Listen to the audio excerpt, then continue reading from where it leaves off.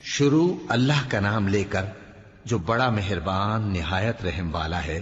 اللہ کا حکم یعنی عذاب گویا آ ہی پہنچا تو کافروں اس کے لیے جلدی مت کرو، اور یہ لوگ جو اللہ کا شریک بناتے ہیں وہ اس سے پاک اور بالاتر ہے۔ وہی فرشتوں کو پیغام دے کر اپنے حکم سے اپنے بندوں میں سے جس کے پاس چاہتا ہے بھیجتا ہے کہ لوگوں کو بتا دو کہ میرے سوا کوئی معبود نہیں، تو مجھی سے ڈرو۔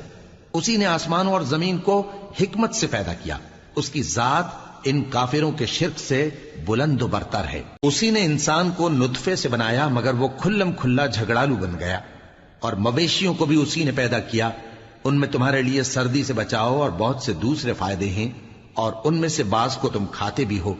اور جب شام کو انہیں جنگل سے لاتے ہو اور جب صبح کو جنگل چرانے لے جاتے ہو تو ان سے تمہاری عزت و شان کا اظہار ہوتا ہے۔ اور دور دراز شہروں میں جہاں تم سخت محنت کے بغیر پہنچ نہیں سکتے وہ تمہارے بوجھ اٹھا کر لے جاتے ہیں۔ کچھ شک نہیں کہ تمہارا پروردگار نہایت شفقت والا ہے، مہربان ہے۔